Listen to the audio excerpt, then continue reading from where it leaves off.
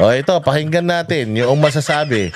O para hindi lang ako, ito batikan to na broadcaster, journalist. Pakinggan nyo kung anong sasabihin niya patungkol dito kay kay Claire Castro, ha? O ito, pakinggan nyo. O lahat ng sasabihin nito, ito matindi to, mentor namin to. Lahat, ang dami ng spokesperson na dumaan sa Pilipinas, nandito pa to. Nangamatay na lahat, siya buhay pa. O pakinggan nyo kung ano ang kanyang assessment sa mga pinaggagawa ni Claire Castro sa trabaho niya. Mo hindi hantong sa ganyan. Number one, is there a way you can limit a reporter from probing, no? Unnecessarily probing a news source. Maraming paraan eh. Pero hindi natin tuturuan sila. Siyempre, trabaho nila yun. Sumusweldo sila ng 142,000 a month and plus the allowances. 142? Ay, hindi ako tatanggap ng ganyang sweldo para magmukhang aso lang. Aanhin ko yung posisyon kung mukha naman akong ulol dun. Aanhin ko yung posisyon. Kaya 140,000 lang ang sweldo pero araw-araw iba damit. Hindi pa nagdodoble ng damit yan. Araw-araw iba suot niyan. Tangina, saan ang galing? Yan yung mga dapat na nila lifestyle check. O diba? Baka mamaya 140 lang yung alam natin na sweldo niyan. Pero yung allowance niya pagkalaki-laki tapos galing pa sa pera ng taong bayan. Kesa ibayad ko kay Claire Castro, siguro mas mabuti pa, ano ko na lang. Pampagawa ko na lang ng San Juanico Bridge, di ba? Mas okay pa yun. Siguro, ako lang magsusweldo dyan kay Claire Castro eh. Tayo na, baka 20 mil. Sobra na yun. Oo, sobra na yun sa kanya. Dahil wala namang ginagawa eh. Wala namang alam, wala namang utak. Wala namang sinasabing proyekto ng amo niya. Bakit tayo magtuturo sa kanila? Secondly, pag nagbigay, hindi naman pwedeng hindi mo masagot. Lahat naman ng question may kasagutan eh. Depende lang yan kung alam mo kung paano sumagot. No? Halimbawa, gusto mo magyabang, example lang ito. Ano yung balay silungan ba yon? Yung Opo. isang pinagtawanan? Opo, Balay Silungan. Balay silungan. Sabi niya ilang libong balay, hundreds of balay silungan. Siyempre tatanungin ng reporter, ma'am, saan ho yan? Because you want to develop that story. Because it's a good story for government. Now, if you cannot answer a simple question as nasaan yan or give me one, at least one, nambobola ka. You don't do that when you're conducting press briefing, especially sa Office of the President. Huwag kang magbitaw ng anumang impormasyon na hindi mo kayang tindugan o tindigan sa Plaza Miranda. Ibig sabihin, kung magyayabang... Kasi yan nga yung mga sinasabi niyang mga may ganito, may ganyan. Pero pag tinanong mo nga. May ganito, may ganyan. Pero pagka hinanap mo, wala. Katulad yun, yung in-expose ni sino to? Ni Eden. Kasi yung press conference sa kapon, yung nakapula siya, sabi niya, tinanong nyo kasi ako tungkol dun sa mga barangay. Ito yung mga ito ibibigay ko sa inyo, bibigyan kayo ng kopya. Nung chinik ni yung kopya, puta, yung kalahati blanco. Clear. Tapos tamang-tama. Galing talaga sa kanya kasi clear na clear. Blanco yung kalahati. Sabi nga ni Edith, tangina, ang kapal-kapal, kaya naman pala makapal. Kala ko naman, lahat yun, pangalan ng barangay, yung pala, kalahati nun. For show lang, pucha yan. Ba't ka mamimigay ng papel na puro blanco? Di ba? Mambubudol yan si Claire Castro. Kinakailangan you should be equipped with all the information relative to what you are, anong tawag nito? You are bragging about, no? An achievement. Because people will question. Presidente, kasi hindi naman natin nakita na sinita. Compare sa ibang mga coverages na talagang nangahawi. Yung mga PSG, yung mga talaga na talagang merong nagsasabi. Kung nag-i-insist siya, doon siguro. Pero kung wala namang mga mismong hawi sa kanya, parang kung makikita nga natin yung mismong video, okay lang. Parang safe. Hindi nga lumayo ang presidente sa kanya. Kung protocol talaga, dapat hinawi na yung ang reporter.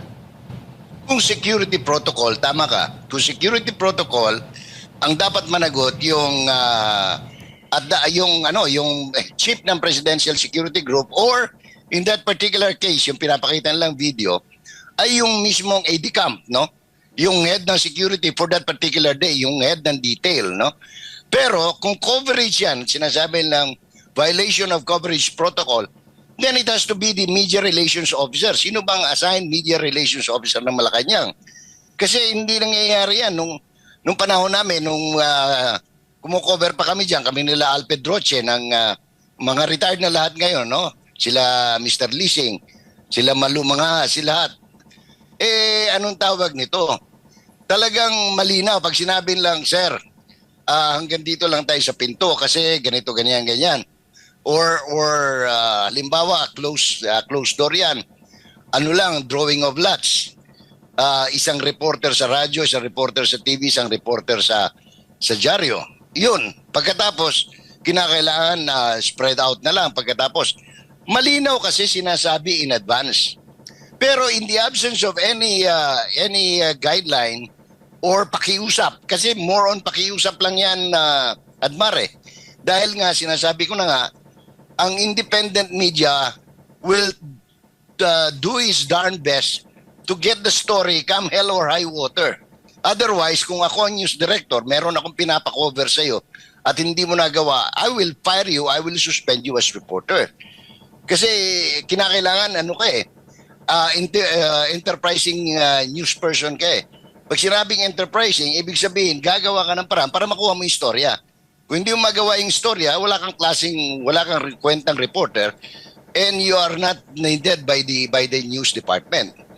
So again, ulitin ko, hindi kasalanan ng newsman na kukuha siya ng istorya or aabutin niya ang source. Pwede mo nga sigawan, Mr. President, ganito, meron akong tanong. Kailangan malaman po ng bayan kung ilang taon na kayo. Pag hindi sumagot ang presidente, pwede mong sabihin o yung news source, Mr. President, I'm asking you, how young or how old are you? Yung mga ganon. And we were doing that. Kahit na Pope John Paul II noon, ako na, sikmuraan ako noon, nung panahon ni Pope John Paul II, but I was able to get a sound on tape on the Pope because that was the assignment of the day. Tsaka ang pinag-uusapan kasi dito, yung assignment ni Eden. Ang assignment kasi talaga ni Eden is sundan ng presidente. Sa lahat ng, basta nandoon sila, sundan ng istorya ng presidente. Yun ang trabaho niya eh. So, tsaka makikita mo doon sa video naman talaga na, oo, kasi ang ginagamit nila, kaya gusto nilang papalitan si Eden, ang ginagamit nila is nag-breach daw ng protocol. Part ka ng protocol eh. Part ka ng protocol na pag meron ka talagang chance, talagang magtatanong ka. Lalapit ka doon sa presidente, magtatanong ka talaga. Before naman kayo magsipasok dyan, lahat naman kayo chine-check naman eh. Lahat naman kayo may mga orientation eh. Nakita naman natin na nung tinawag ni Eden si Pangulo, lumapit pa si Pangulo kay Eden eh. Kung bawal yun, di sana tinabig siya nung PSG, pero hindi eh. O kasi kilala naman yung tao, tsaka ano naman kayang gawin ni Eden kay Bongbong? Diyos ko naman, masyado naman kayong alaga kay Bongbong. Kanyo, ayaw nyo kay Eden kasi nga, nagmumukha kayong mga tanga, nabibisto ni Eden. Yung inyong mga scam dyan sa Malacanang press corps, na talagang wala kayong proyekto, wala kayong silbi, na kayo ay walang mga, talagang wala kayong ginawa para sa bayan. O katulad ditong sinasabi nga ni Jason Sa normal lang yan. Oo, ang kinaiinis nila nabibisto na wala silang ginagawa. Ang boses ng masa hindi natatakot, katotohanan lang, di kami nalulunod. Walang bahid ng sismis, lahat ay totoo. Kahit sino ka pa, pag mali ka babanatan ka.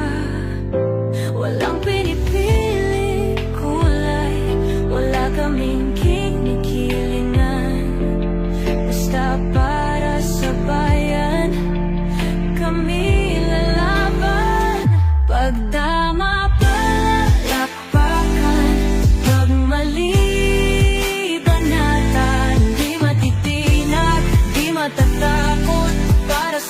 bayan, tuloy ang sigaw.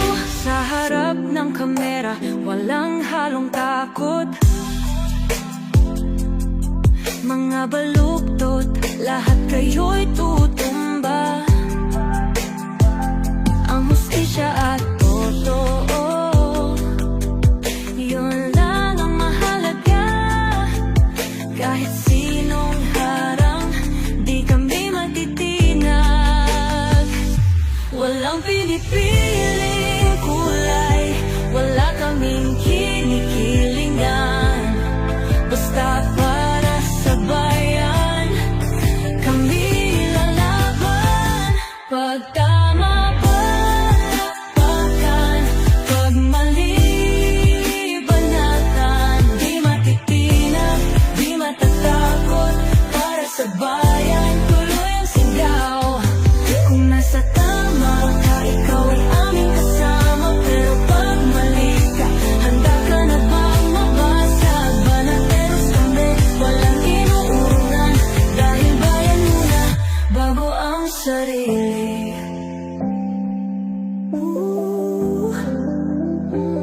Bago ang sarili.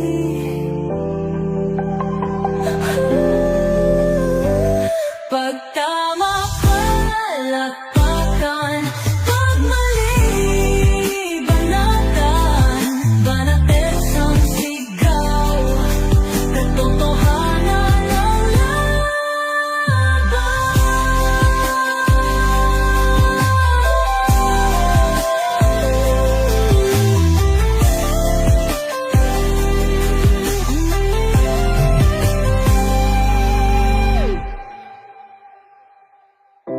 sa harap ng kamera, walang halong